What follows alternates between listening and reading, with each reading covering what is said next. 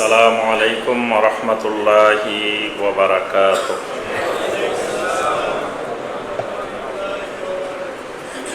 আউযু বিল্লাহি মিনাশ শাইতানির রাজীম। বিসমিল্লাহির রাহমানির রাহিম। وأقسموا بالله جهد أيمانهم لئن أمرتهم ليخرجن قل لا تقسموا طاعة معروفة إن الله خبير بما تعملون قل أطيعوا الله وأطيعوا الرسول فإن تولوا فإنما عليه ما حمل وعليكم ما حملتم وإن تطيعوه تهتدوا وما على الرسول إلا البلاغ المبين وعد الله الذين آمنوا منكم وعملوا الصالحات ليستخلفنهم في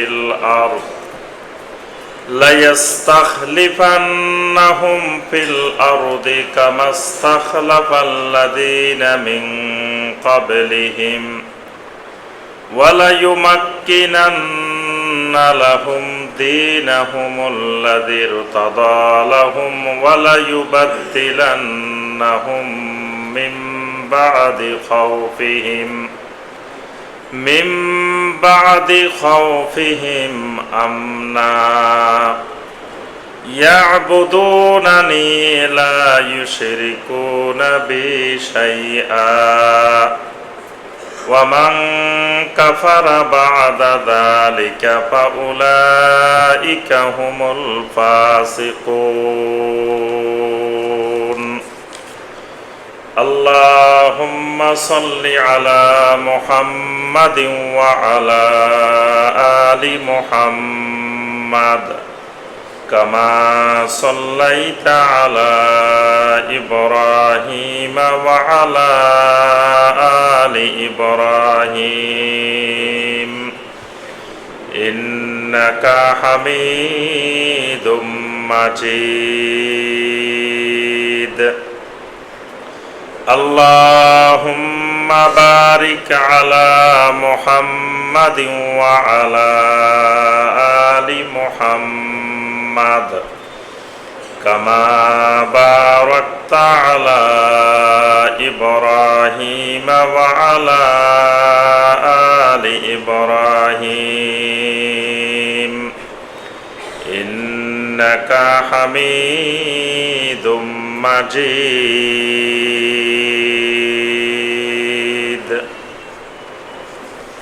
মুআজ্জাজ মুকাররম উলামায়ে কেরাম, সম্মানিত মুরব্বিয়ান এজাম, দিনদার মুসলিম ভাই এবং বোনেরা, আল্লাহ রাব্বুল আলামিনের দরবারে কোটি কোটি শুকরিয়া যে মহান রাব্বুল আলামিন আমাদেরকে সালাতুল মাগরিব বা জামাত আদায় করার পরে আল্লাহ রাব্বুল আলামিনের ঘরে বসে আল্লাহ সুবহানাহু ওয়া তাআলার কালামে হাকিম থেকে কয়েকটি আয়াতে কারিমার সংক্ষিপ্তভাবে তাফসীর পেশ করার এবং শোনার যে মহান রব্বুল আলামিন আমাদেরকে তৌফিক দিয়েছেন, সে মহান রব্বুল আলামিনের শুকর আদায় করি।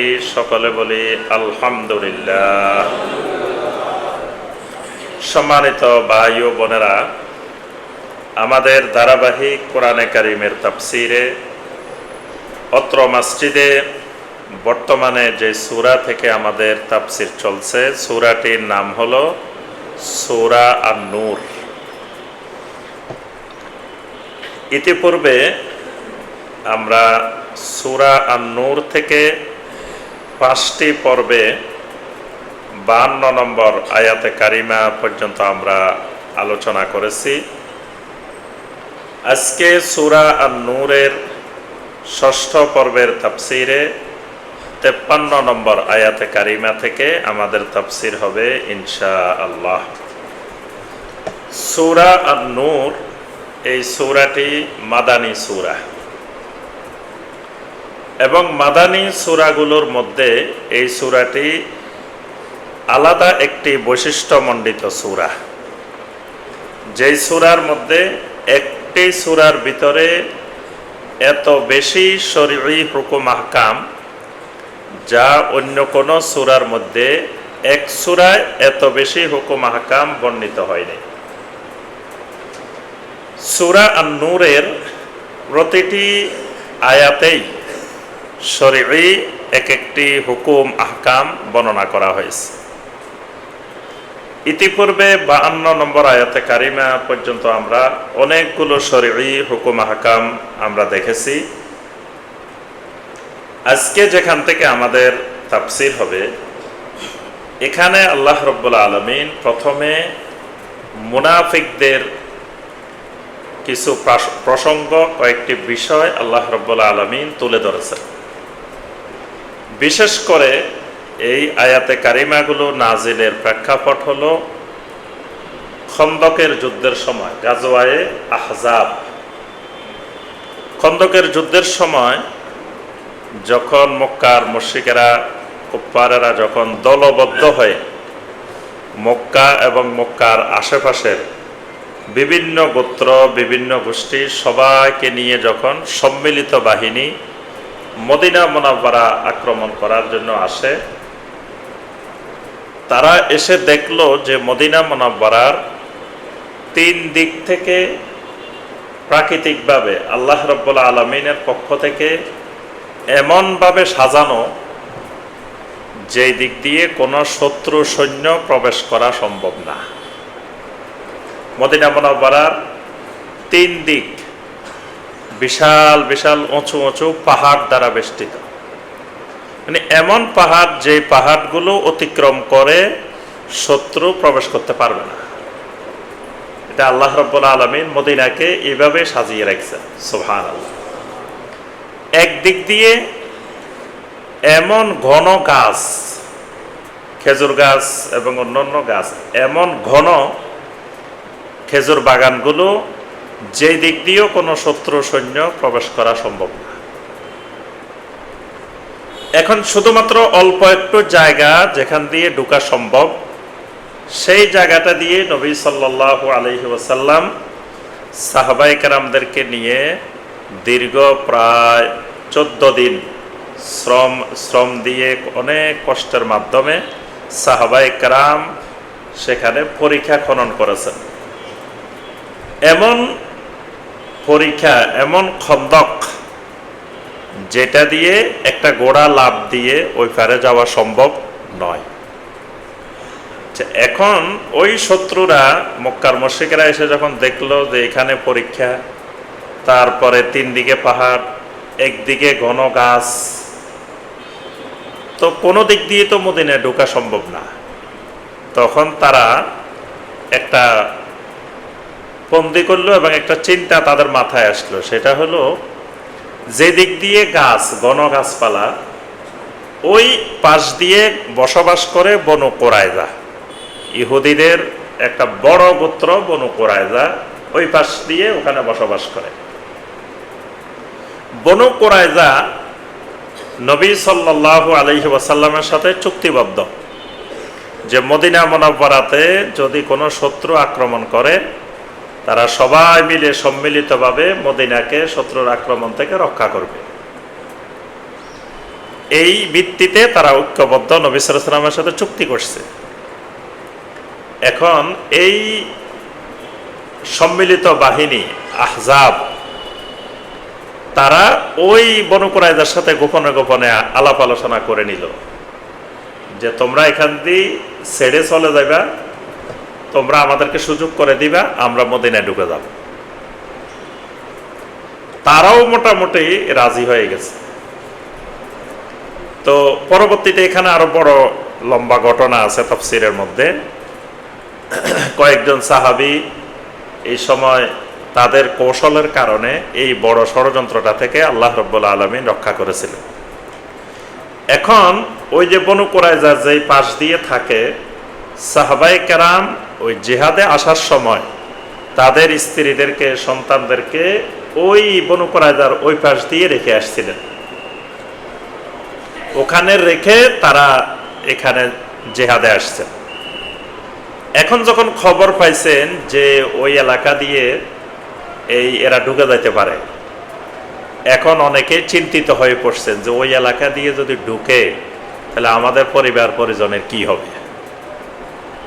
এরপরে আমাদের এখানে আমরা থাকি তো আর সম্ভব না, আমরা তো আর বিজয়ী হতে পারবো না, তারা তো মদিনা ঢুকেই যাবে। এখন কিছু কিছু বিশেষ করে যাদের ইমানের দুর্বলতা আছে, যাদের ইমানের মধ্যে মুনাফিকি আছে, এরা এসে নবী সাল্লাল্লাহু আলাইহি সাল্লামের কাছে ছুটি চাওয়া শুরু করছে যে আমার পরিবার অসুস্থ, আমার পরিবারের এই সমস্যা, আমার এই সমস্যা, আমাকে ছুটি দিয়ে দেন। তো এখন নবী সাল্লাল্লাহু আলাইহি সাল্লাম ছুটি দিতেছেন, আবার কাউকে দিতেছেন না। যাদেরকে দিতেছেন না তারা কসম করে করে নবী সাল্লাল্লাহু আলাইহি সাল্লামকে বলতেছে, আল্লাহর কসম আমার পরিবার পরিজন এরকম অসুস্থ, আল্লাহর কসম আমার এই সমস্যা। তা আল্লাহ রাব্বুল আলামিন এই মুনাফিকদের এই প্রসঙ্গটা এখানে এই 53 নম্বর আয়াতে কারিমা থেকে আল্লাহ সুবহানাহু ওয়া তাআলা তুলে ধরেছেন। আল্লাহ সুবহানাহু ওয়া তাআলা বলেন, ওয়া আকসামু বিল্লাহি জাহদা আইমানিহিম, তারা আল্লাহর নামে কসম করে করে বলতেছে, জাহদা আইমানিহিম মানে তাদের কসমকে শক্তিশালী করার জন্য, তাদের কসমকে দৃঢ় করার জন্য আল্লাহর নামে বারবার কসম করতেছে। লাইন আমারতাহুম লায়াখরুজুন্না, যখনই আপনি তাদেরকে নির্দেশ দিবেন তখনই তারা বের হয়ে যাবে। মানে এরা সবসময় আপনাকে এই কথাই বলে বেড়াইতো যে আল্লাহর কসম, যখন আপনি আমাদেরকে নির্দেশ দিবেন জিহাদে যাওয়ার জন্য, নির্দেশ পাওয়ার সাথে সাথে আমরা অবশ্যই বের হয়ে যাব।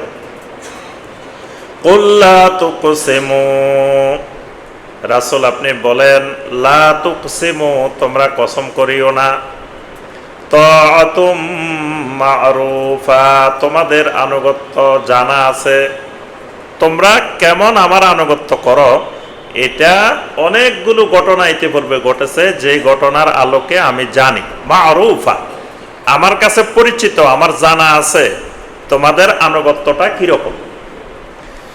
ইন্নাল্লাহা খাবীরুম বিমা তা'মালুন, অবশ্যই আল্লাহ রাব্বুল আলামিন তোমরা যা কিছু করো তোমাদের সকল কর্মকাণ্ড সম্পর্কে খবর রাখেন।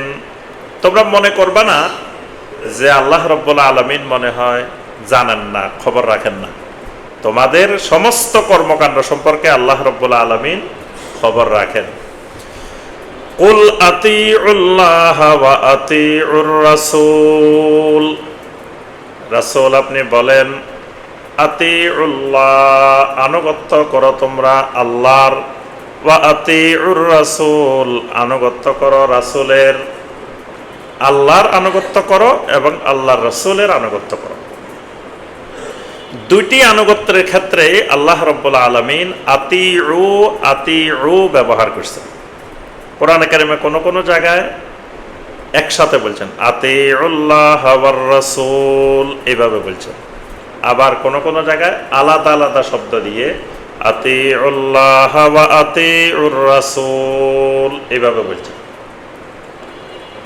তিনটি ক্ষেত্রে আল্লাহ রাব্বুল আলামিন কোরআনে কারিমে যেখানে আল্লাহর কথা বলছেন সাথে নবী সাল্লাল্লাহু আলাইহি সাল্লামের কথাও বলছেন, একেবারে কোরআনে কারিমের প্রথম থেকে শুরু করে শেষ পর্যন্ত। একটি ক্ষেত্র হলো ঈমান, ঈমানের ক্ষেত্রে যেখানে আল্লাহ পাক বলছেন আল্লাহর উপরে ঈমান আনো, সেখানে সাথে বলছেন আমিনু বিল্লাহি ওয়া রাসূলিহি, তার রাসূলের উপরেও ঈমান। অর্থাৎ ঈমানের ক্ষেত্রে আল্লাহর সাথে রাসূলকে একসাথে বলছেন আল্লাহ পাক। আরেকটি হলো আনুগত্যের ক্ষেত্রে, এতাআতের ক্ষেত্রে। যেখানে আল্লাহ সুবহানাহু ওয়া তাআলা বলছেন আতিউল্লাহ, সেখানেই বলছেন আতিউর রাসূল। আরেকটা হলো মহব্বতের ক্ষেত্রে, ভালোবাসার ক্ষেত্রে। যেখানে আল্লাহ রাব্বুল আলামিনের মহব্বতের কথা বলছেন, ভালোবাসার কথা বলছেন, সাথে একসাথে আহাব্বা ইলাইকুম মিনাল্লাহি ওয়া রাসূলিহি, আল্লাহর সাথে রাসূলকেও একসাথে বলছেন। তো এই আনুগত্য, এতাআত, এটি আমরা ওই দিন আলোচনা করছিলাম যে তাওহীদ হলো আল্লাহ রাব্বুল আলামিনের তাওহীদ হলো তিন প্রকার: তাওহীদুর রুবুবিয়্যাত, তাওহীদুল আসমা ওয়াস সিফাত, তাওহীদুল উলুহিয়্যাত। তাওহীদুল উলুহিয়্যাত আবার তিন প্রকার। এক নম্বর তাওহীদুল মাহাব্বা, দুই নম্বর তাওহীদুত তাআ, তিন নম্বর তাওহীদুন নুসুক। মানে একটা হলো মহব্বতের তাওহীদ, ভালোবাসার তাওহীদ, আরেকটা হলো আনুগত্যের তাওহীদ, আরেকটা হলো উৎসর্গের তাওহীদ। এই তিনটাই ইবাদত, মানে ইবাদতের তিনটা মাধ্যম। কিছু ইবাদত হয় মহব্বতের মাধ্যমে, কিছু ইবাদত হয় আনুগত্যের মাধ্যমে, কিছু ইবাদত হয় উৎসর্গের মাধ্যমে, নুসুকের মাধ্যমে। ইবাদতের তিনটা ধরন। এই তিনটি ধরনের ক্ষেত্রে আল্লাহর তাওহীদ অপরিহার্য। ইবাদতের তিনটি ধরনের ক্ষেত্রে একটা ধরনের নাম হলো এতাআত, তাআ, আনুগত্য। আনুগত্যের একটা সীমানা আছে। আল্লাহ রাব্বুল আলামিন আনুগত্যের একটা সীমানা নির্ধারণ করে দিয়েছেন। সীমানাটা হলো আল্লাহ সুবহানাহু ওয়া তাআলার আনুগত্য হবে নিঃশর্ত, কোন প্রকারের শর্ত শারায়েত বিহীন।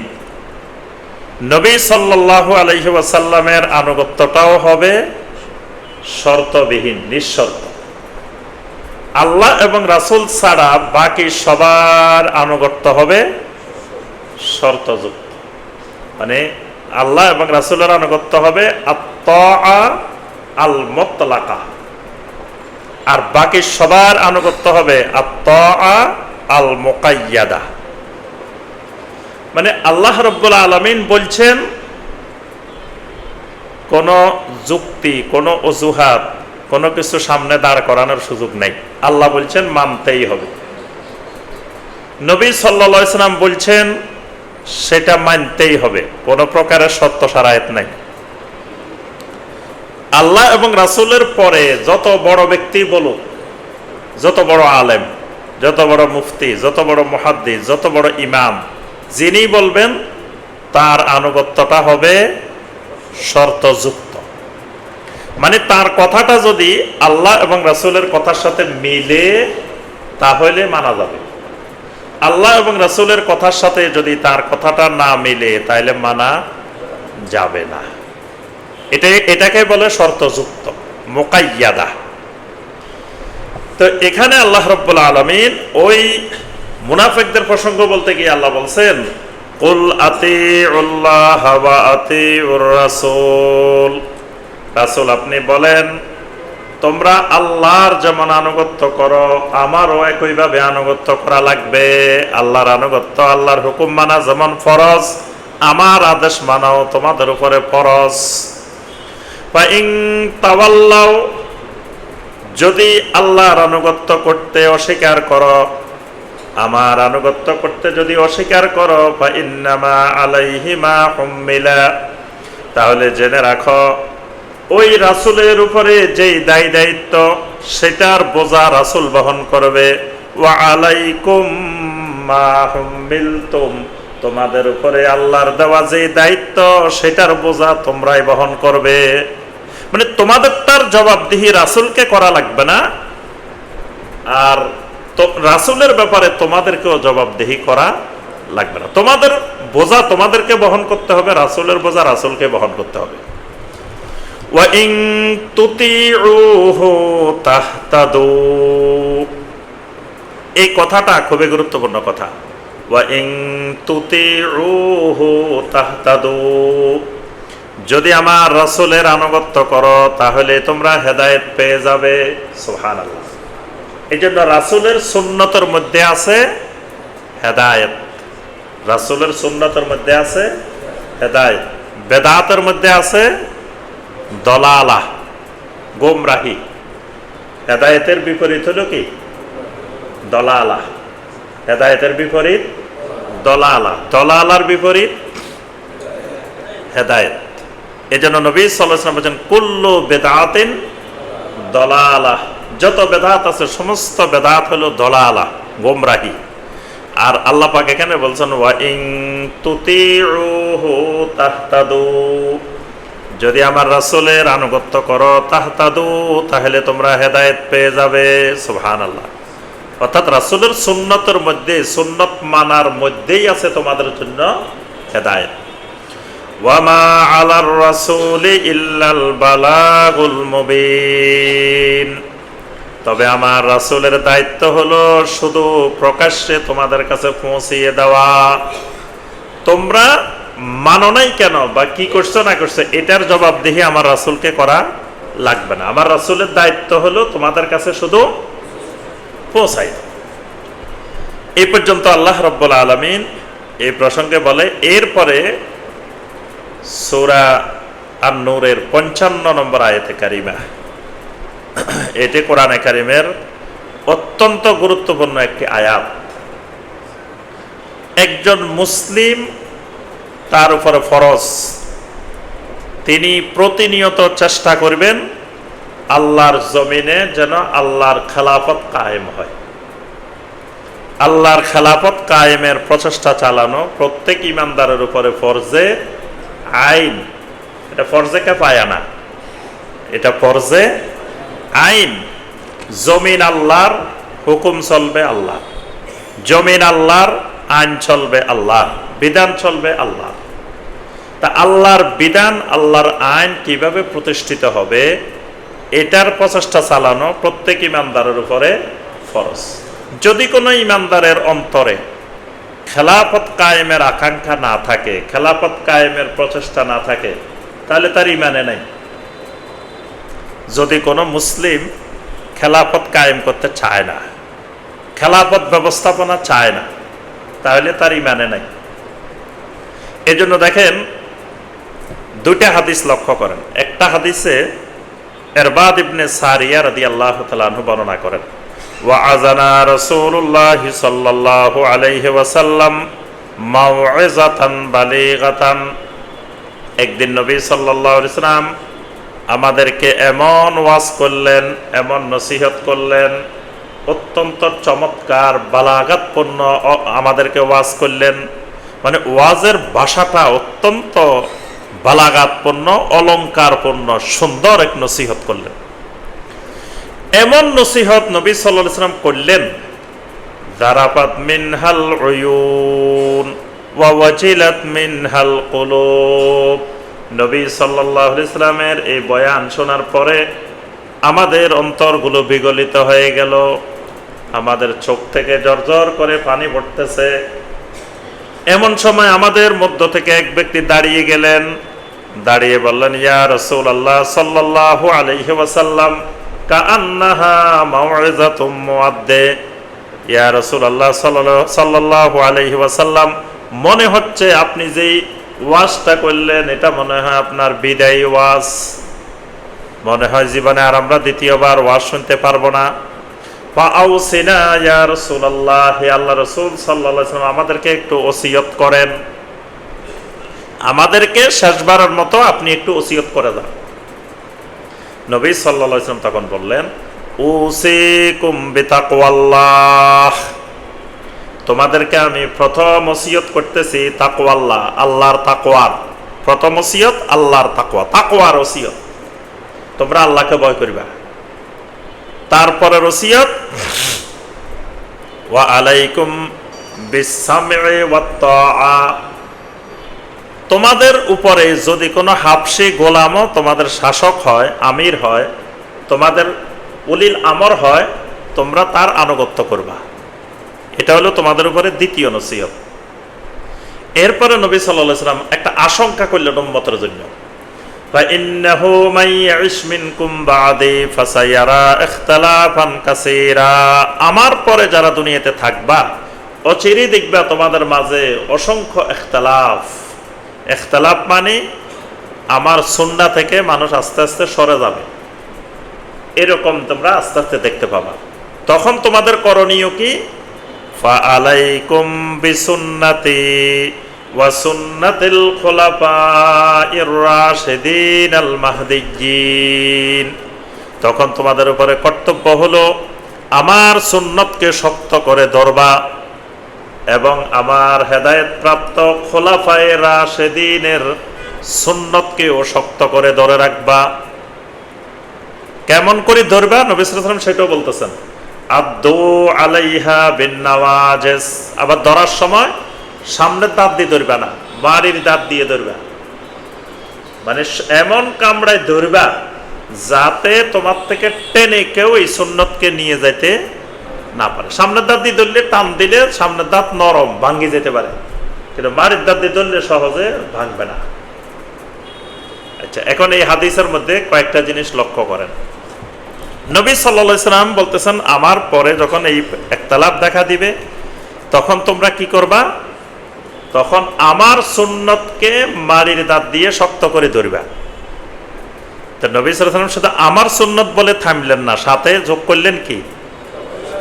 খোলাফায়ে রাশিদিন আল মাহদিয়্যিন।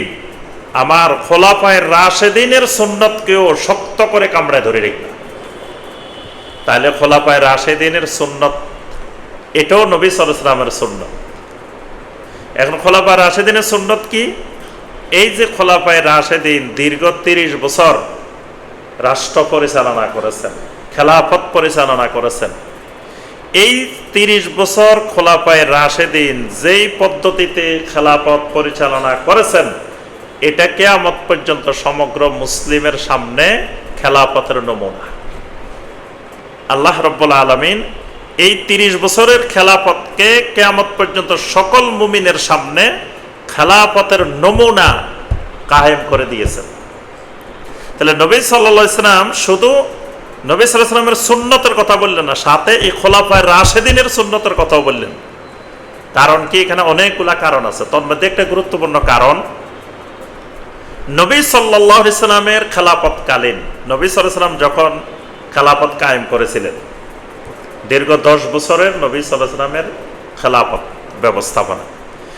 এই সময় খেলাফত রাষ্ট্রটা ছিল ছোট্ট, বেশি বড় ছিল না। এখন খোলাফায়ে রাশিদিনের যুগে এই খেলাফত বড় হইতে হইতে হইতে পৃথিবীর অর্ধেক পর্যন্ত প্রায় ইসলামী খেলাফত ছিল। এখন এই জনপদের মধ্যে ইহুদি ছিল, খ্রিস্টান ছিল, মুশরিক ছিল, নাস্তিক ছিল, কুফফার ছিল, বিভিন্ন রকমের মানুষ ছিল। তখন এমন এমন সমস্যা দেখা দিছে যে এখন কাফেরের জমি, তো কাফেরের জমি তো কাফের আপনার ওষুধ দিবে না, যাকাত দিবে না। তো কাফেরের জমি থেকে খিরাজ নিতে হবে, খাজনা নিতে হবে, ট্যাক্স নিতে হবে। তো খাজনাটা কিভাবে হবে? মানে একই জমিতে ওসর এবং খাজনা দুইটা হবে না। আমরা বাংলাদেশে আল্লাহর দিন না থাকার কারণে আমরা ক্ষতিগ্রস্ত। আমরা একই জমিতে ওসরও দেওয়া ফরজ, আবার সরকার আমাদের উপরে কি করে? খাজনা দেওয়াও ফরজ। জমির খাজনাও দিতে হয়, ওসরও দিতে হয়। ওসর সরকার না বললেও আমাদেরকে ইমানের কারণে দেওয়া ফরজ। 653 কেজি ফসল উৎপন্ন হইলে কোন ব্যক্তির জমিতে 653 কেজি, 653 কেজি মানে কয় মণ? জি 16 মণ 33 না তো 16 মণ 13 কেজি 16 মণ 13 কেজি 16 মণ 13 কেজি ফসল উৎপন্ন হইলে তখন তার উপরে ওসর ফরজ হয়ে যাবে। তা এখন এই ব্যক্তি জমিগুলাতে ওসরও দিবে, আবার খাজনাও দেওয়া লাগবে। এটা জুলুম তার উপর। কিন্তু ইসলামী রাষ্ট্রের নিয়ম হলো মুসলিমেরা ওষুধ দিবে, আর অমুসলিম তো ওষুধ দিবে না, অমুসলিম খাজনা দিবে। কিন্তু আমরা অমুসলিমের হুকুমের মধ্যে আছি, আমরা খাজনা দিতে হয় মুসলমানেরা। তারপরে যে টাকার আপনি যাকাত দিতে হবে, ওই টাকার আপনি সরকারকে ট্যাক্স দেওয়া লাগবে না। কারণ আপনি আল্লাহ সুবহানাহু ওয়া তাআলার যে ফরজ যাকাত, জাকাত দিবেন, আবার ওই টাকার উপরে আপনি ট্যাক্স দিবেন কেন? একই সম্পদের উপরে জাকাত এবং ট্যাক্স দুইটা আসবে না। কিন্তু দেখা গেছে আল্লাহর দিন না থাকার কারণে আমরা দুইটাই দেওয়া লাগে, একই সম্পদের উপরে ট্যাক্সও দেওয়া লাগে, আবার জাকাতও দিতে হয়। তো এখন ওই খোলাফায়ে রাশেদিনের যুগে এমন এমন অঞ্চল বিজয় হলো যেখানে কাফেরের জমি, এবার এদের ট্যাক্স কিভাবে হবে? তারপরে অনেক এলাকা আছে দেখা গেছে এরকম বিভিন্ন ধরনের নতুন নতুন সমস্যা দেখা দিচ্ছে, যেটা নবী সাল্লাল্লাহু আলাইহি ওয়াসাল্লামের সময় ছিল না। তো এই যে খোলাফায়ে রাশেদিনের 30 বছরের মডেল যদি উম্মতের সামনে না থাকতো, তাহলে কিয়ামতের আগে যখন পৃথিবীর যেই জমিনে খেলাফত কায়েম হবে, তো সেখানে তারা খেলাফত পরিচালনা করতে গিয়ে ওই সমস্যাগুলোর সম্মুখীন হইত। কিন্তু আল্লাহ রাব্বুল আলামিন ওই সমস্যাগুলো খোলাফায়ে রাশেদিনের মাধ্যমে সমাধান করে দিয়েছেন। সুবহানাল্লাহ। মানে এখন উম্মতের সামনে কিয়ামত পর্যন্ত খেলাফত প্রতিষ্ঠার পরে মানে এমন কোনো বিষয় নাই যে বিষয়ের সমাধান ওই খোলাফায়ে রাশেদিনের সময় হয় নাই। এই জন্য নবী সাল্লাল্লাহু আলাইহি ওয়াসাল্লাম বলছেন, আলাইকুম বিসুন্নতি ওয়া সুন্নাতিল খুলাফায়ের রাশিদিন আল মাহদিয়্যিন। মানে নবী সাল্লাল্লাহু আলাইহি ওয়াসাল্লামের সুন্নতের সাথে খোলাফায়ে রাশিদিনের সুন্নতকে অন্তর্ভুক্ত করছে। তাহলে বোঝা গেল খোলাফায়ে রাশিদিন যে পদ্ধতিতে রাষ্ট্র পরিচালনা করেছেন, ওই পদ্ধতিতে রাষ্ট্র পরিচালনা করাও নবীর সুন্নত। এই সুন্নত মানে আবার ফরজ। হ্যাঁ, সুন্নত আবার কয়েক রকমের আছে, অনেকে সুন্নত বুঝে না। যখন আমাদের বাঙালির সামনে আপনি সুন্নত বলবেন, তখন সুন্নত মানে মনে করে কি যে এটা করলে সওয়াব হয়, না করলে মনে হয় কোনো গুনাহ হয় না, এটা মনে করে। কিন্তু আসলে সুন্নত মানে এটা না। সুন্নত মানে নবী সাল্লাল্লাহু আলাইহি ওয়াসাল্লামের আদর্শ, নবী সাল্লাল্লাহু আলাইহি ওয়াসাল্লামের উসওয়ায়ে হাসানা। নবী সাল্লাল্লাহু আলাইহি ওয়াসাল্লামের সুন্নতটাই ফিকহের মধ্যে গিয়ে এটা ভাগ হয়েছে, কোনোটা ফরজ, কোনোটা ওয়াজিব, কোনোটা সুন্নতে মুআক্কাদা, কোনোটা সুন্নতে জায়েদা, কোনোটা মুস্তাহাব, কোনোটা নফল, কিন্তু সবগুলাই সুন্নত, সবগুলাই সুন্নত। তা অনেকে মনে করে যখন শুনে যে দাড়ি রাখা সুন্নত, তো মনে করে এটা না রাখলেও মনে তেমন কোনো অসুবিধা হয় না, কিন্তু এটা না রাখলে কবিরা গুনাহ। এই সুন্নত মানে ফরজ, ওয়াজিব। কোন কোন আহলুল ইলমের মতো ফরজ, কারো কারো মতো ওয়াজিব। এই সুন্নত ওই রকম না যে না রাখলে গুনাহ হয় না, এটা না রাখলে কবিরা গুনাহ, হারাম, এটা কর্তন করা। তাহলে এই হাদিসের মধ্যে খোলাফায়ে রাশেদিন যেই পদ্ধতিতে রাষ্ট্র পরিচালনা করেছেন, ওই পদ্ধতিতে রাষ্ট্র পরিচালনা করা উম্মতের জন্য নবী সাল্লাল্লাহু আলাইহি ওয়াসাল্লাম ফরজ করে দিয়েছে। আরেকটা হাদিস লক্ষ্য করেন, নবী সাল্লাল্লাহু আলাইহি ওয়াসাল্লাম বলছেন, যেই হাদিসটা আমরা সবাই জানি, আল্লাহ রাসূল সাল্লাল্লাহু আলাইহি ওয়াসাল্লাম বলেন যে আমার পরে আমার উম্মতেরা 73 ভাগে বিভক্ত হবে। বনি ইসরাইল 72 ভাগে বিভক্ত হয়েছিল, আমার উম্মত 73 ভাগে বিভক্ত হবে। কুল্লুহুম ফিন্নার ইল্লা মিল্লাতা ওয়াহিদা, সব ফেরকা জাহান্নামে যাবে একটা মিল্লাত ছাড়া। সাহাবায়ে কেরাম জিজ্ঞাসা করলেন, ওয়া মা হিয়া ইয়া রাসূলুল্লাহ, হে আল্লাহর রাসূল সাল্লাল্লাহু আলাইহি ওয়াসাল্লাম, ওই মিল্লাতটা কারা? তখন নবী সাল্লাল্লাহু আলাইহি ওয়াসাল্লাম উত্তরে বললেন, মা আনা আলাইহি ওয়া আসহাবি, আমি এবং আমার সাহাবীরা যেই আকীদার উপরে, যে আমলের উপরে, যে মানহাজের উপরে, যে আদর্শের উপরে আছি, এটার উপরে যারা থাকবে তারাই হলো সেই মিল্লাত। তো এখানে নবী সাল্লাল্লাহু আলাইহি ওয়াসাল্লাম শুধু আমার বললেই তো হইতো, কিন্তু নবী সাল্লাল্লাহু আলাইহি ওয়াসাল্লাম সাথে বলছেন মা আনা আলাইহি ওয়া আসহাবি, সাহাবীদেরকেও নবী সাল্লাল্লাহু আলাইহি ওয়াসাল্লাম অন্তর্ভুক্ত করছেন। তাহলে সাহাবায়ে কেরাম তারা জীবন পরিচালনা করেছেন খেলাফতের অধীনে, খেলাফতবিহীন সাহাবায়ে কেরাম জীবন যাপন করেন নাই। তাহলে সাহাবায়ে কেরামের আদর্শ বলতে ওই খেলাফত সাহাবায়ে কেরামের একটা গুরুত্বপূর্ণ আদর্শ। এখন মুসলিম খেলাফত কামনা করবে, চাইবে, প্রচেষ্টা চালাবে, নবী রাসূলেরা যে পদ্ধতিতে করেছেন করবে, কিন্তু আল্লাহ রাব্বুল আলামিন এই আয়াতে 55 নম্বর আয়াতে আল্লাহ পাক দুটা গুরুত্বপূর্ণ শর্ত দিয়েছেন। এই শর্ত দুইটা যখন মুমিনদের মধ্যে চলে আসবে, তখন আল্লাহ রাব্বুল আলামিন ওই জাতিকে খেলাফত দিয়ে দিবে। এই দুটা শর্ত যতদিন পূরণ হবে না, এতদিন আল্লাহ রাব্বুল আলামিন ওই কওমকে, ওই জাতিকে খেলাফত দিবেন না। দুটা শর্ত কি? ওয়াদাল্লাহুল্লাযীনা আমানু মিনকুম ওয়া আমিলুস সালিহাত। একটা শর্ত হলো আমানু মিনকুম, তোমাদের মধ্য থেকে যারা ঈমানওয়ালা হবে, ঈমানটা বিশুদ্ধ হইতে হবে। এক নম্বর শর্ত ঈমান বিশুদ্ধ। ঈমান বিশুদ্ধ মানে কি? ঈমানের ভিতরে কুফরি থাকবে না, ঈমানের ভিতরে শিরক থাকবে না, ঈমানের ভিতরে নিফাক থাকবে না, ঈমানের ভিতরে বেদাত থাকবে না। এরকম ঈমান হইতে হবে, এটা এক নম্বর শর্ত। দুই নম্বর শর্ত ওয়া আমিলুস সালিহাত, ওই জাতি ওই কওম আমলে সালেহ করার জাতি হইতে হবে। যে জাতি জুমার নামাজ পড়ে, জুমার নামাজে মসজিদে জায়গা হয় না, ফজরের নামাজে যে জাতিকে মসজিদে পাওয়া যায় না, এই জাতিকে আল্লাহ রাব্বুল আলামিন কোনোদিন এই নিয়ামত আল্লাহর খেলাফত দিবেন না। যেদিন দেখা যাবে এই জাতির জুমার নামাজের চাইতে ফজরের নামাজে মুসল্লি বেড়ে গেছে, ওই দিন অটোমেটিক আল্লাহ রাব্বুল আলামিন ওই জাতিকে খেলাফত দিয়ে দিবেন। তারপরের দিনে খেলাফত কায়েম হয়ে যাবে। যেদিন জুমার নামাজের চাইতে মুসল্লি কি হয়ে যাবে? ফজরে বেশি হবে। এজন্য ফজরের সালাতটা ঈমান আর নিফাক, মুমিন আর মুনাফিক নির্ধারণ করার সালাত ফজরের সময় নির্ধারণ হয়ে যায় এই সমাজে কয়জন ঈমানদার আছে, কয়জন মুনাফিক আছে। নবী সাল্লাল্লাহু আলাইহি ওয়াসাল্লামের কথা এটা সরাসরি। নবী সাল্লাল্লাহু আলাইহি ওয়াসাল্লাম বলেন, আসকালুস সালাতি আলাল মুনাফিকিন সালাতুল ইশা ওয়া সালাতুল ফজর। মুনাফিকদের কাছে সবচাইতে ভারী নামাজ দুইটা, একটা এশার নামাজ আর একটা ফজরের নামাজ। তাহলে ফজরের নামাজে যেই উঠতে পারে না, ফজরের নামাজে যে হাজির হইতে পারে না জামাতে, এই লোক যে মুনাফিক, এই ব্যাপারে কোনো সন্দেহ নাই। তাহলে যে সমাজ মুনাফিকে ভরা, সেই সমাজে খেলাফত কেমনে হয়? ওই সমাজে কোনোদিন আল্লাহ খেলাফত দিবেন না। মুনাফিক একেবারে নিশ্চিহ্ন হবে না। নবী সাল্লাল্লাহু আলাইহি ওয়াসাল্লামের সমাজে এত মুনাফিক ছিল, কিয়ামত পর্যন্ত মুনাফিক থাকবে। তবে মুনাফিকের চাইতে মুমিনের সংখ্যা বাড়তে হবে। যদি মুনাফিকের সংখ্যায় বেশি থাকে, তো ওই সমাজে আল্লাহ রাব্বুল আলামিন খেলাফত দিবেন না।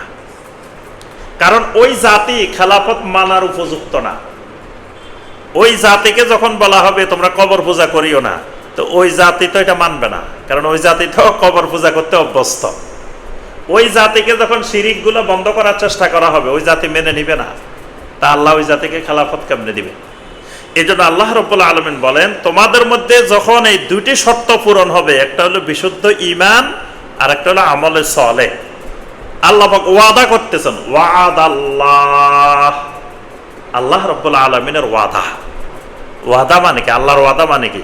ইন্নাল্লাহা লা ইউখলিফুল মিআদ, আল্লাহ কখনো ওয়াদা ভঙ্গ করেন না। আল্লাহ ওয়াদা করেন মানে এটা নিশ্চিত। ওয়াদাটা কি আল্লাহর?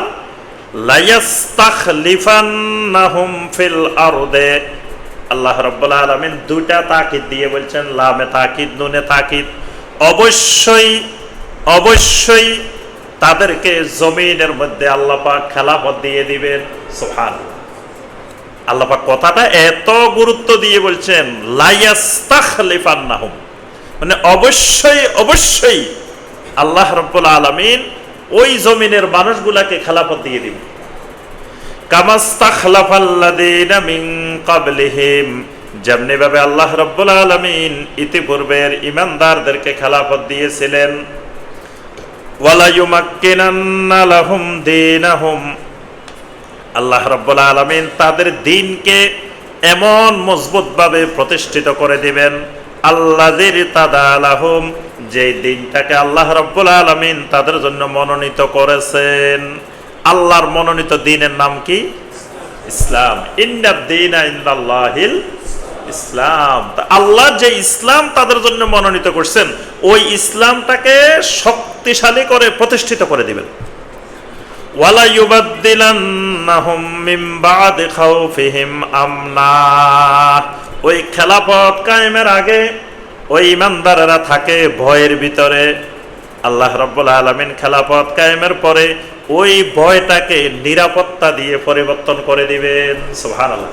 এবার এদের নাম শুনলে পৃথিবীর কাফের মুশরিক থরথর করে কাঁপবে। মানে খেলাফত কায়েমের আগে এরা ইহুদি নাসারার কাফের মুশরিকের ভয়ে এরা কাঁপবে।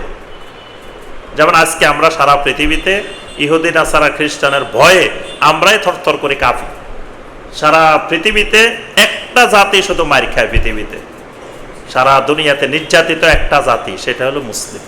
মুসলিম যদি কয়েক লাখও মরে যায় এটা মিডিয়া আসে না, কারণ এটা মানুষে না। আর অমুসলিম যদি একটা মরতে পারে কোনো জায়গায়, সারা পৃথিবী কাঁপি উঠে যে একটা মরে গেছে। তো তার অর্থ কি? পৃথিবীতে নিরাপত্তাহীনতায় ভয়ের মধ্যে আছে মুসলমানের। কেন? এটা আল্লাহর ওয়াদা। সূরা আল-আনআমের ৮২ নম্বর আয়াত আল্লাহ পাক বলছেন, আল্লাযীনা আমানু ওয়া লাম ইয়ালবিসু ঈমানাহুম বিযুলমিন উলাইকা লাহুমুল আমনু। যে ঈমানদাররা ঈমান আনার পরে কোনোদিন শিরিক করবে না, আল্লাহ রাব্বুল আলামিন তাদেরকে জমিনে নিরাপত্তা দিবেন। এখন ঈমানদাররা শিরিক করে, শিরিকের সাথে জড়িত, এই কারণে আল্লাহ নিরাপত্তা তুলে নিছেন। এই জন্য ঈমানদারদের পৃথিবীতে মুসলমানের কোনো নিরাপত্তা নেই, কারণ ঈমানদাররা মুসলমানেরা শিরিকের সাথে জড়িত।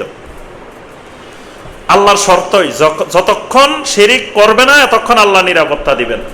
এজন্য সাহাবায়ে কেরামের নাম শুনলে, ওমর রাদিয়াল্লাহু তাআলার নাম শুনলে কত বড় বড় শাসকেরা থরথর করে কাঁপছে। আর এখন আমাদের নাম শুনলে পৃথিবীর কেউ কাঁপে না। কারণ হলো আমাদের ঈমান ওই শিরিক দ্বারা মিশ্রিত। দুর্বল না, ঈমান নাই নিয়ে দুর্বল হইলেও তো এক কথা, ঈমান নাই নিয়ে শিরিক করলে ঈমান থাকে না। শিরিক ঈমান ভঙ্গের ১ নম্বর কারণ, ঈমানে চলে যায়। তাই দেখেন এই খেলাফতের সাথে আল্লাহ পাক বলছেন, ওয়ালা ইউবাদদিলান্নাহুম মিন বাদি খাউফিহিম আমনা। ওই খেলাফত যখন কায়েম হবে আল্লাহ তাদেরকে ভয়ের পরে নিরাপত্তায় পরিবর্তন করে দিবে। সুবহানাল্লাহ। ইয়াবুদুনানি লা ইউশরিকুনা বি শাইআ। সুবহানাল্লাহ। দেখেন খেলাফত মানে কি? খেলাফতের ব্যাখ্যা আল্লাহ দিয়ে দিয়েছেন। খেলাফত কায়েম হয়েছে কখন বোঝা যাবে? ইয়াবুদুনানি, যখন ওই সমাজের সবগুলা মানুষ একমাত্র আমি আল্লাহর ইবাদত করবে, আমি আল্লাহর গোলামি করবে। লা ইউশরিকুনা বি শাইআ, আমি আল্লাহর সাথে কোনো কিছুকে শিরিক করবে না। খেলাফত কায়েম হওয়া মানে শিরিক মুক্ত সমাজ হয়ে যাবে। সমস্ত মানুষ আল্লাহর গোলামি করবে, আল্লাহ ছাড়া কারো গোলামি ওই সমাজে থাকবে না। ওয়ামান কাফারা বাদা যালিকা ফাউলাইকা হুমুল ফাসিকুন। খেলাফত কায়েমের পরে যে মানুষগুলো খেলাফত মেনে নিবে না, খেলাফত মানতে অস্বীকার করবে, ফাউলাইকা হুমুল ফাসিকুন, এই মানুষগুলো হলো ফাসিক। ফাসিক মানে এই মানুষগুলো মুরতাদ, কাফের। এখানে ফাসিকুন মানে কাফের। ওয়া আকিমুস সালাতা ওয়া আতুজ যাকাতা ওয়া আতিউর রাসূল। তোমরা প্রধান 3টা কাজ করো। আকিমুস সালাত, সালাত কায়েম করো। ওয়া আতুজ যাকাত, যাকাত আদায় করো। ওয়া আতিউর রাসূল, আমার রাসূলের আনুগত্য করো। সালাত কায়েম করো, যাকাত আদায় করো, আমার রাসূলের আনুগত্য করো। 3টা কাজ করলে লাআল্লাকুম তুরহামুন, আল্লাহ রাব্বুল আলামিন তোমাদের উপরে রহম করবেন। সুবহানাল্লাহ। লা তাহসাবান্নাল্লাযীনা কাফারু মুজিজিনা ফিল আরদি, কাফেররা যেন মনে না করে আল্লাহকে জমিনে অক্ষম করে দিবে। ওয়া মাওয়াহুমুন নার, কাফেরদের ঠিকানা হবে জাহান্নাম। ওয়ালা বিইসাল মাসির, এটা কতই না নিকৃষ্ট জায়গা। এরপরে 56 নম্বর আয়াতে 56, 57, 58 এই 3 আয়াত,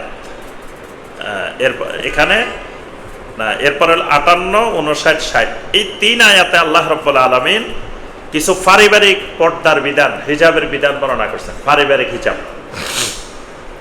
যেমন যেই শিশুগুলো বালেগ হয় নাই, ছোট ছেলে মেয়ে, এই ছেলে মেয়েদেরকেও আল্লাহ পাক বলছেন যে 3টা সময় মা বাবার কাছে যাইতে হলে অনুমতি নেওয়া, বাকি সময় এদের অনুমতি লাগবে না।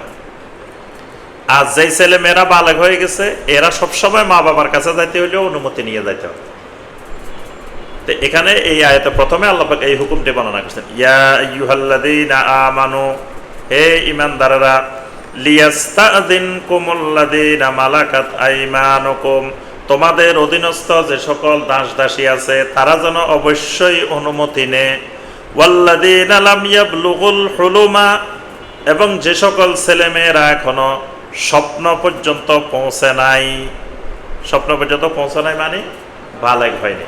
এজন্য বালেগ হওয়ার একটা আলামত স্বপ্ন দেখা, এই যেটাকে আমরা স্বপ্ন দোষ বলে থাকি বাংলায়। এই হুলুম আল্লাহ পাক বলছেন যে এই পর্যন্ত যারা পৌঁছে নাই এদেরকেও যেন অবশ্যই অনুমতি নেয়। মিনকুম সালাসা মাররাত, তিনটা সময়, বাকি সময় এদের অনুমতি লাগবে না। মিন ক্বাবলি সলাতিল ফাজরে, ফজরের সলাতের আগ মুহূর্তে, ফজরের সলাতের আগে মা বাবার কাছে যাইতে হইলে তারা যেন অনুমতি নিয়ে যায়। ওয়াহিনা তাদাউনা সিয়াবাকুম মিনাজ যহিরা, দুপুর বেলায় খাওয়া দাওয়ার পরে তোমরা যখন তোমাদের পোশাকগুলো রেখে দাও, মানে তোমরা একটু বিশ্রামে থাকো দুপুরে খাওয়ার পরে, এই সময়ও মা বাবার কাছে যাইতে হইলে অনুমতি নিতে হবে। ওয়া মিন বাদি সলাতিল ইশা, এশার সলাতের পরে, এই তিনটি সময় কি? সালাতু আওরাতিল লাকুম, এই তিনটি সময় হলো তোমাদের বিশ্রামের সময়, তোমাদের আওরাত মানে তোমাদের গোপনীয় সময়, তোমাদের আওরাতের সময়। লাইসা আলাইকুম ওয়ালা আলাইহিম জুনাহুম বাদাহুন্না, তবে এই তিন সময়ের বাইরে তারা যদি অনুমতি ছাড়া আসা যাওয়া করে তোমাদেরও গুনাহ নাই, তাদেরও কোনো অসুবিধা নাই। তাওয়াফুনা আলাইকুম বাদুকুম আলা বাদ, কারণ তোমরা একজন আরেকজনের কাছে সব সময় আসা যাওয়া করা দরকার, কারণ ওই বাচ্চাদেরও তোমাদের আসা যাওয়া করা দরকার, তোমাদেরও তাদের কাছে যাওয়া সব সময় দরকার।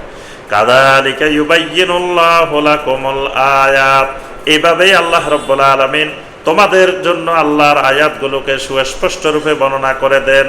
ওয়াল্লাহু আলিমুন হাকিম, আল্লাহ রাব্বুল আলামিন মহা জ্ঞানী, মহা হিকমতওয়ালা। এই তিনটা ওয়াক্তে তোমরা যে অবস্থায় থাকো, তোমাদের গোপনীয় অবস্থা যেন ওই শিশুরাও না দেখে ফেলে, এই জন্য আল্লাহ রাব্বুল আলামিন সতর্কতার জন্য এই তিন সময়ে ওই সন্তানদেরকেও বলছে যে তোমরা, অপ্রাপ্ত বয়স্ক সন্তানকেও আল্লাহ বলছেন যে এই সময় যাওয়া যাবে না। ওয়া ইযা বালাগাল আতফালু মিনকুমুল হুলুমা, তবে তোমাদের যে শিশুরা বালেগ হয়ে গেছে, ফালিয়াস্তাযিনু কামাস্তাযানাল্লাযীনা মিন ক্বাবলিহিম, তারা যেন অবশ্যই অনুমতি নেয় যেভাবে তাদের বড়রা অনুমতি নেয়। বড় অন্যরা যেমন আমাদের কাছে আসতে, মা বাবার কাছে আসতে অনুমতি নিবে, যেই সন্তান বালেগ হয়েছে তারাও মা বাবার কাছে আসার সময় অনুমতি নিয়ে আসবে।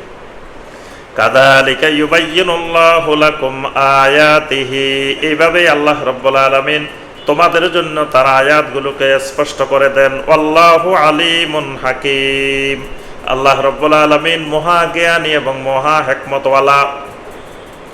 এর আগে নারীদের হেজাব বর্ণনা করছেন, কিন্তু নারীরা আবার একটা বয়সে পৌঁছে গেলে, মানে বয়স বেশি, অতি বৃদ্ধা মহিলা, তো এই মহিলারা সবসময় কিন্তু পরিপূর্ণ হিজাব পালন করতে পারে না, কারণ তার শরীর অসুস্থ, তারপরে বৃদ্ধ মানুষ, খেয়াল থাকে না কোনখান থেকে কাপড় পড়ে যাইতেছে, মাথা থেকে পড়ে যাইতেছে বা পিঠের থেকে পড়ে যাইতেছে, এরকম খেয়াল থাকে না।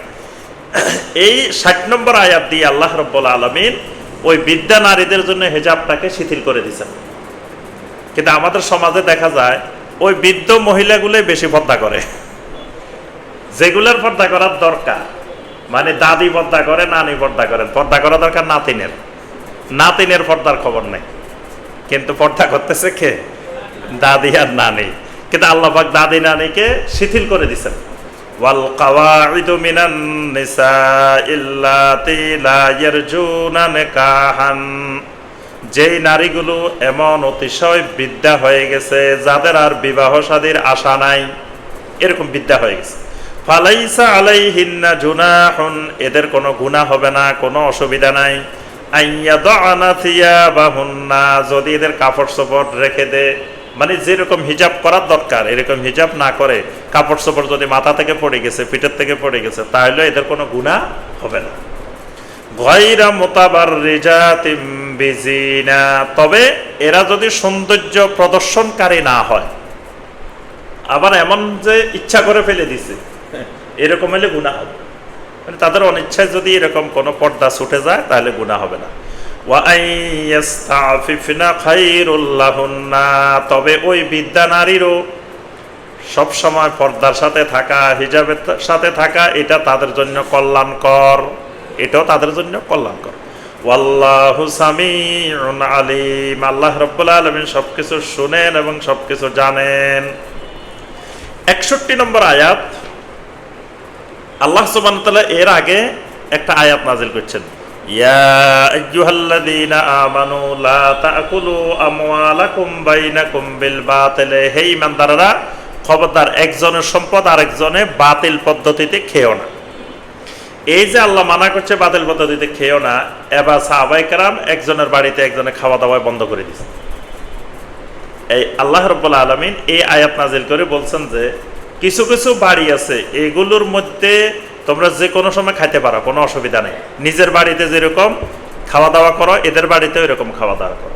এর বাহিরে বাকি বাড়িতে খাওয়া দাওয়া করতে হইলে তাহলে তারা যদি দাওয়াত দেয়, তারা যদি অনুমতি দেয়, ডাকে, তাহলে খাইতে পারো, কিন্তু এমনি যাই খাওয়ার জন্য বসে থাকিও না। কিন্তু এই কয়টা বাড়ি আছে এই বাড়িতে তুমি যে কোনো সময় খাইতে পারো, কোনো অসুবিধা নেই, তোমার দাওয়াত দেওয়ার দরকার নেই। দাওয়াত ছাড়াও এই বাড়িতে তুমি খাওয়ার তোমার অধিকার আছে। এই বাড়িগুলা কারা? প্রথমে আল্লাহ পাক 3 শ্রেণীর মানুষ বলছে যে এই 3 শ্রেণীর মানুষ সব জায়গায় খাইতে পারবো, কোনো ধরনের বাধা নিষেধ নেই। লাইসা আলাল আমা হারাজুন, যে মানুষগুলা অন্ধ, চোখে দেখে না, এদের জন্য সব জায়গা হালাল, যেখানে খাবার পায় সেখানে খাইব, অন্ধ মানুষ।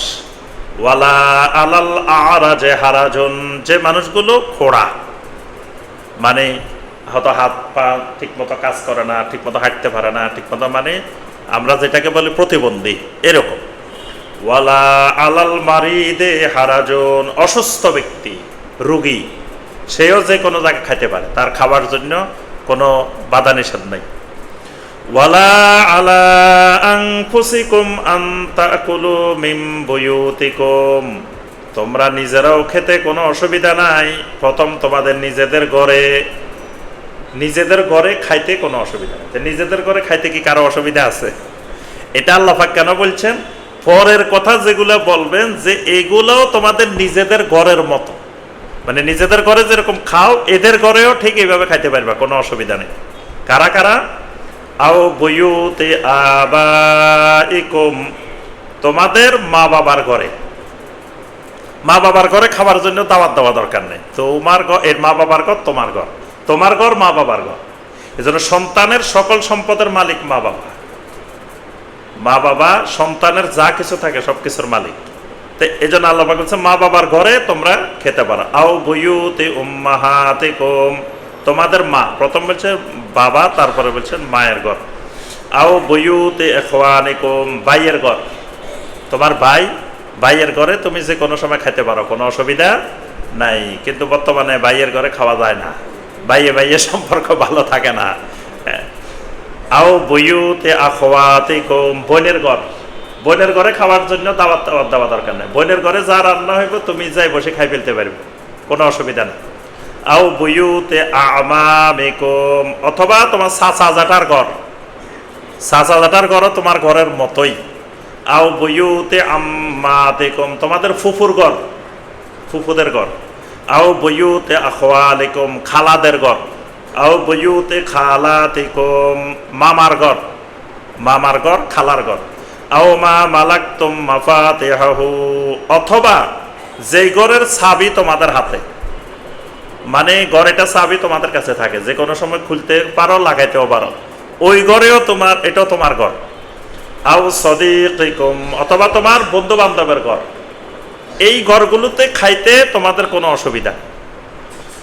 লাইসা আলাইকুম জুনাহুন আন তাকুলু জামিআন আও আশতাতা, আরবের লোকেরা এক প্লেটে খায়, এটা আরবদের ঐতিহ্য।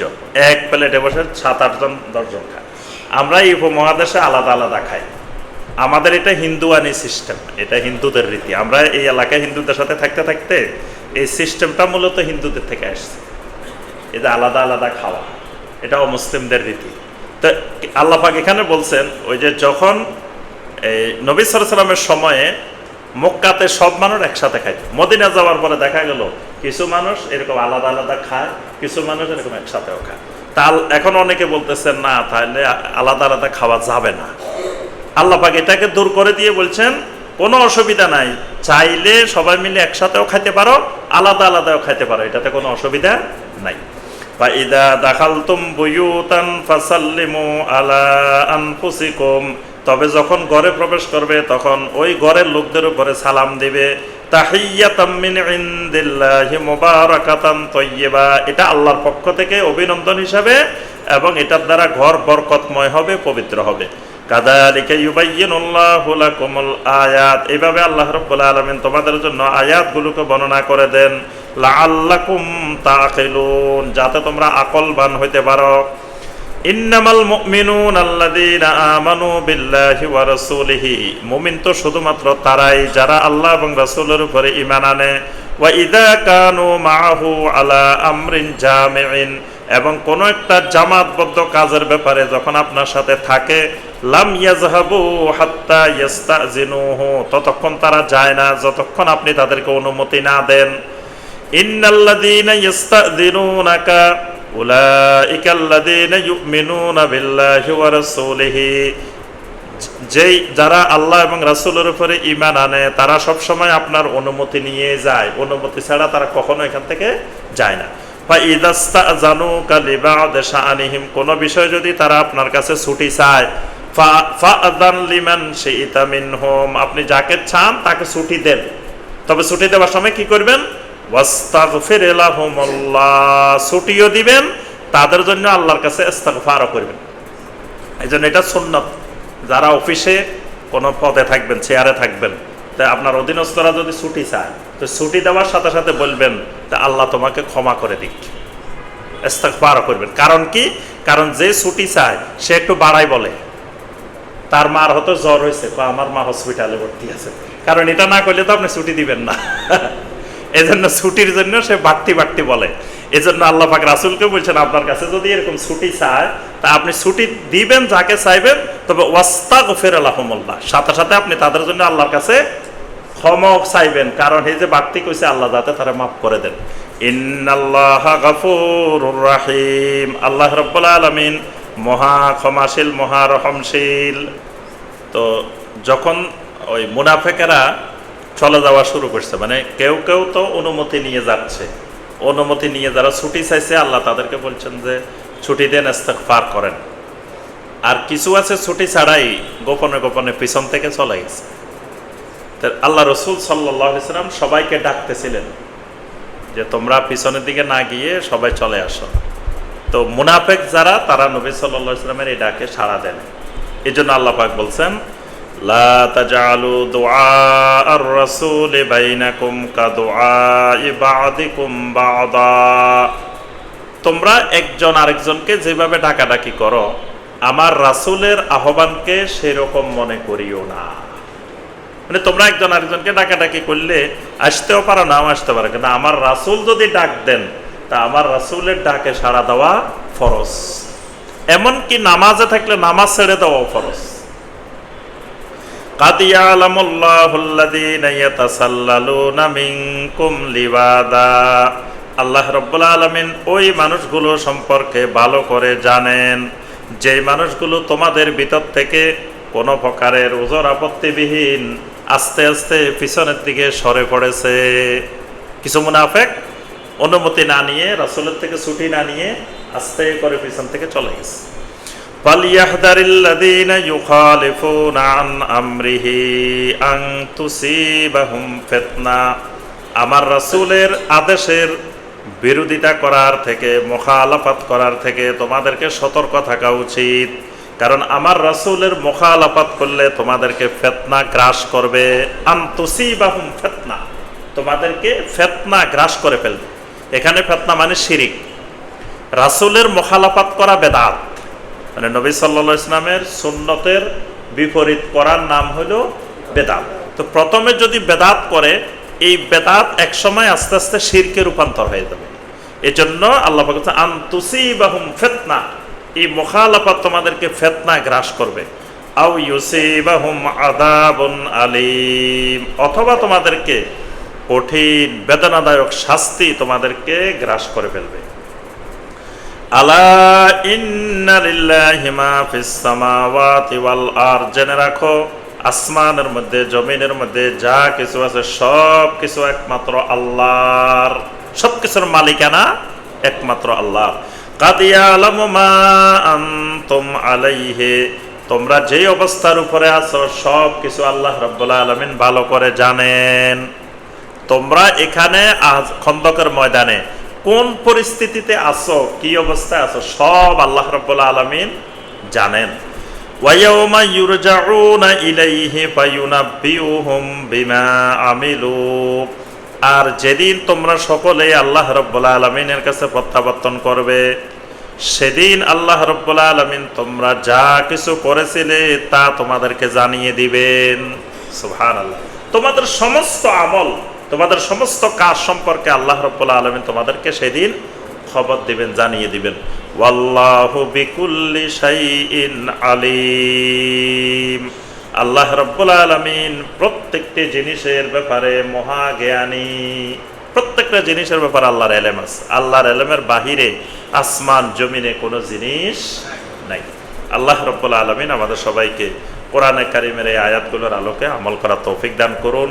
কোরআনে কারিমের সাথে আমাদের সম্পর্ক বৃদ্ধি করার আল্লাহ পাক তৌফিক দান করুন। কোরআনে কারিমকে কিয়ামতের ময়দানে আল্লাহ পাক আমাদের জন্য শাফাআতকারী বানিয়ে দিন। কোরআনে কারিমকে আমাদের পক্ষের দলিল হিসেবে আল্লাহ পাক কিয়ামতের ময়দানে বানিয়ে দিন। আমিন ইয়া রাব্বাল আলামিন। সুবহানাকা আল্লাহুম্মা বিহামদিকা আশহাদু আল্লা ইলাহা ইল্লা আনতা আস্তাগফিরুকা ওয়া আতুবু ইলাইক। আসসালামু আলাইকুম ওয়া রাহমাতুল্লাহি ওয়া বারাকাতুহু।